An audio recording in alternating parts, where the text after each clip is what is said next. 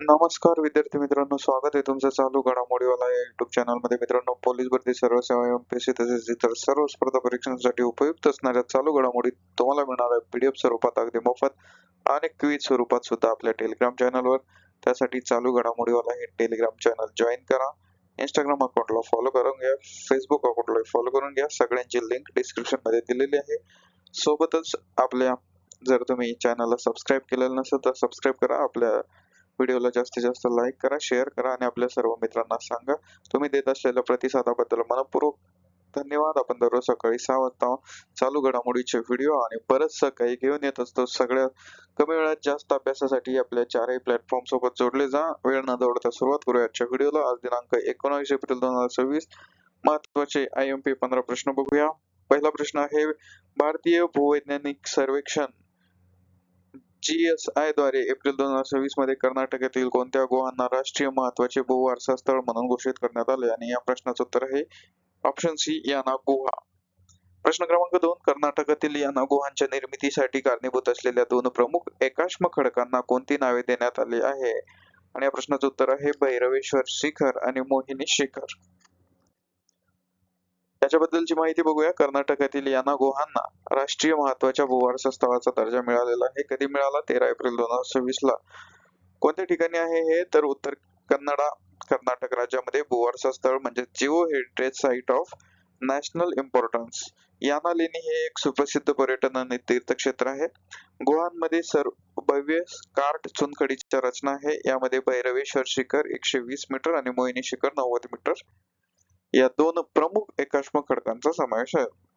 काळ्या खडकांच्या निर्मितीसाठी प्रसिद्ध आहेत.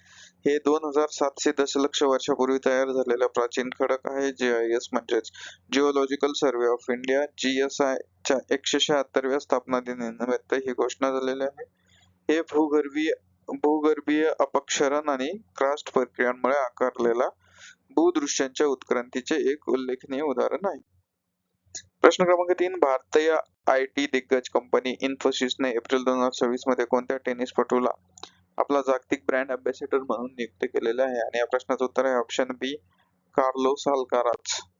बघा, इन्फोसिसने कार्लोस अल्काराज यांना जागतिक ब्रँड अँबॅसेडर म्हणून नेमलेलं आहे. तर 22 वर्षीय स्पेन देशाचा खेळाडू आहे कार्लोस अल्काराज आणि ही घोषणा 15 एप्रिल 2026 ला इन्फोसिसने अधिकृतपणे हे जाहीर केलेलं आहे. यांची पार्टनरशिप झालेली आहे, मल्टी इयर भागीदारी. इन्फोसिस या कंपनीबद्दलची माहिती बघा. या कंपनीची स्थापना 2 जुलै 1981 साली झाली. मुख्यालय बेंगळुरू, कर्नाटक म्हणजे भारतामध्येच आहे. संस्थापक आहेत नारायण मूर्ती, तर सहसंस्थापक आहे नंदन निलेकनी. नंदन निलेकनी हे आधार कार्डचे सुद्धा प्रमुख आहे आणि या इन्फोसिसचे MD आणि CEO सलील पारेख सध्याचे आहेत. प्रश्न क्रमांक 4, महाराष्ट्र शासनाच्या लेख लाडकी योजनेअंतर्गत पिवळ्या व केशरी रेशन कार्ड धारक कुटुंबातील मुलीला टप्प्याटप्प्याने एकूण किती रुपये अनुदान दिले जाते? आणि या प्रश्नाचं उत्तर आहे 1,01,000 रुपये. बघा, लेख लाडकी योजना चर्चेतला मुद्दा आहे. महाराष्ट्र सरकारची ही योजना आहे. याची सुरुवात 1 एप्रिल 2023 पासून झाली. यामध्ये पिवळ्या व केशरी रेशन कार्ड धारक कुटुंबात मुलीच्या जन्मानंतर टप्प्याटप्प्याने 1,01,000 रुपये अनुदान दिले जाते. मुलीच्या जन्मानंतर 5,000, मुलगी पहिलीच्या वर्गात गेल्यानंतर 6,000, 6वीत गेल्यानंतर 7,000, तर 11वीत गेल्यानंतर 8,000 रुपये. योजनेचा उद्देश काय आहे? मुलीच्या जन्मास प्रोत्साहन देऊन तिचा जन्मदर वाढवणे, तिच्या शिक्षणास चालना देणे, मुलींचा मृत्यूदर कमी करणे व बालविवाह रोखणे, कुपोषण कमी करण्यासोबतच मुलींच्या सक्षमीकरणासाठी या योजनेचा उपयोग होतो. प्रश्न क्रमांक 5, भारतीय आयुर्विमा महामंडळाने म्हणजेच LIC ने विमा ग्राहक आणि एजंट यांच्या डिजिटल सुविधेसाठी कोणती 2 नवीन ऍप्लिकेशन लॉन्च केलेले आहे? आणि या प्रश्नाचं उत्तर आहे माय LIC आणि सुपर सेल्स साथी. बघा, LIC ने 2 ऍप्लिकेशन लॉन्च केलेले आहे. माय LIC म्हणजे ग्राहक केंद्रीय ऍप आहे. विमा व्यवस्थापन, दावे, देयके, कर्ज, KYC एकाच ठिकाणी. तर सुपर सेल्स साथी एजंट व माध्यमांसाठी, मध्यस्थांसाठी डिजिटल विक्री, ग्राहक सेवा आणि कामगिरी निरीक्षण यासाठी LIC ने हे 2 ऍप लॉन्च केलेलं आहे. प्रश्न क्रमांक 6, एप्रिल 2026 मध्ये लोकसभेत महिला आरक्षण विधेयक आवश्यक बहुमत न मिळाल्याने फेटाळले गेले. या विधेयकाच्या मंजुरीसाठी किती मतांची आवश्यकता होती? तर या प्रश्नाचं उत्तर आहे 352. ठीक आहे, 1/3. प्रश्न क्रमांक 7. महिला आरक्षणासाठीचा पहिला वैधानिक प्रयत्न 1996 मध्ये कोणत्या पंतप्रधानाच्या काळात करण्यात आला होता? आणि या प्रश्नाचं उत्तर आहे ऑप्शन बी, H.D. देवेगौडा. खूप महत्त्वाचे प्रश्न आहेत, त्याच्याबद्दलची माहिती बघूया. महिला आरक्षण विधेयक लोकसभेत नामंजूर झालेलं आहे. कधी मांडण्यात आलं? 17 एप्रिल 2026 ला रोजी लोकसभेत महिला आरक्षण आणि मतदारसंघ पुनर्रचना घटना दुरुस्ती विधेयक आवश्यक 2/3, मगाशी मी 1/3 म्हटलं होतं, 2/3 बहुमत न मिळाल्याने नामंजूर झाले. तर विधेयकाच्या बाजूने 298 मते पडली, तर 230 सदस्यांनी विरोधात मतदान केले. हे विधेयक संमत करण्यासाठी 352 मतांची आवश्यकता होती. तर सप्टेंबर 2023 मध्ये संसदेने मंजूर केलेल्या 33% महिला आरक्षणाचा कायदा नारी शक्ती वंदन अधिनियम 2029 च्या निवडणुकीत लागू करण्यासाठी हे सुधारणा विधेयक आणले होते. तर पहिला प्रयत्न 1996 ला H.D. देवेगौडा सरकार यांनी केला. दिनांक 12 सप्टेंबर 1996 ला पंतप्रधान H.D. देवेगौडा संयुक्त आघाडी सरकारचे पंतप्रधान होते. पुढचा प्रश्न, प्रश्न क्रमांक 8. भारतीय संविधानातील कोणत्या कलमानुसार लोकसभेतील जागांची संख्या वाढवण्यासाठी किंवा फेररचना करण्यासाठी घटना दुरुस्ती केली जाते? आणि या प्रश्नाचं उत्तर आहे ऑप्शन सी, कलम 81. प्रश्न क्रमांक 9. 11 एप्रिल 2026 रोजी महाराष्ट्र लोकसेवा आयोगाच्या अध्यक्षपदी कोणाची नियुक्ती करण्यात आली आहे, म्हणजे MPSC च्या अध्यक्षपदी? तर या प्रश्नाचं उत्तर आहे दिलीप पांढरपट्टे. पुढचा प्रश्न, प्रश्न क्रमांक 10. दिलीप पांढरपट्टे यांनी पदभार स्वीकारण्यापूर्वी महाराष्ट्र लोकसेवा आयोगाचे म्हणजेच MPSC चे अध्यक्ष कोण होते? तर हे होते रजनीश सेठ, ऑप्शन बी. तर हे दोनही प्रश्न, सगळेच प्रश्न महत्वाचेच असते म्हणा, परंतु हे खूप महत्वाचे आहेत MPSC चे. प्रश्न क्रमांक 11. दरवर्षी 18 एप्रिल रोजी साजरा केल्या जाणाऱ्या जागतिक वारसा दिनाची म्हणजेच वर्ल्ड हेरिटेज डे 2026 या वर्षाची संकल्पना म्हणजेच थीम काय आहे? आणि या प्रश्नाचं उत्तर आहे संघर्ष आणि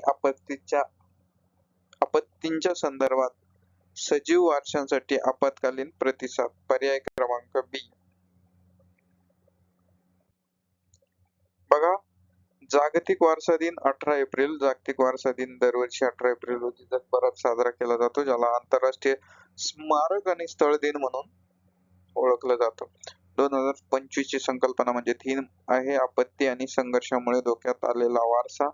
26 ची थीम आहे संघर्ष आणि आपत्तींच्या संदर्भात सजीव वारशासाठी आपत्कालीन प्रतिसाद.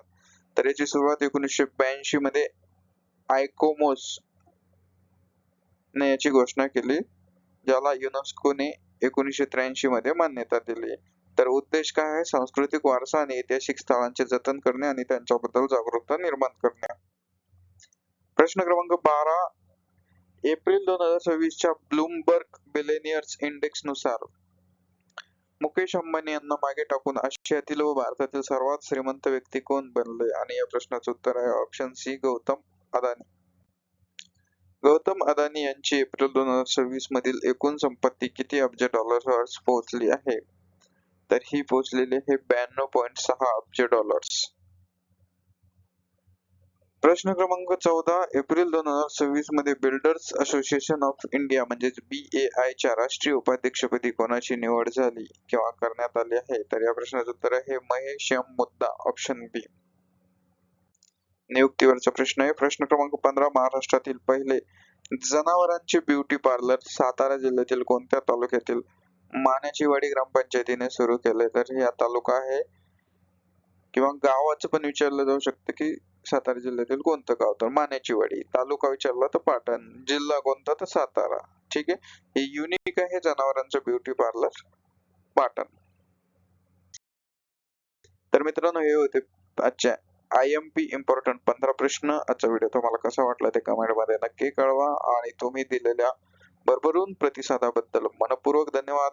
एक महत्वाची सूचना, जर तुम्ही मुंबई उच्च न्यायालय शिपाई भरतीची तयारी करत असाल तर त्या संदर्भातले व्हिडिओज आणि मोफत PDF ज्या तुम्हाला याच्यामध्ये मिळून जातील आपल्या टेलिग्राम चॅनल मध्ये, आणि मोफत व्हिडिओ आपल्या चॅनलवर अपलोड झालेले आहे, तर ते तुम्ही अवश्य चॅनलवर जाऊन बघा. प्लेलिस्ट मध्ये तुम्हाला सर्व व्हिडिओ मिळतील.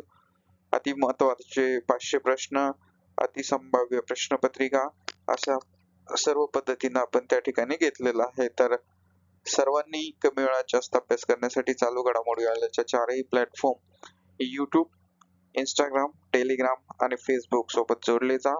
आणि तुम्हाला सरकारी नोकरीच्या खूप खूप शुभेच्छा. भेटूया उद्याच्या व्हिडिओत. Thank you so much.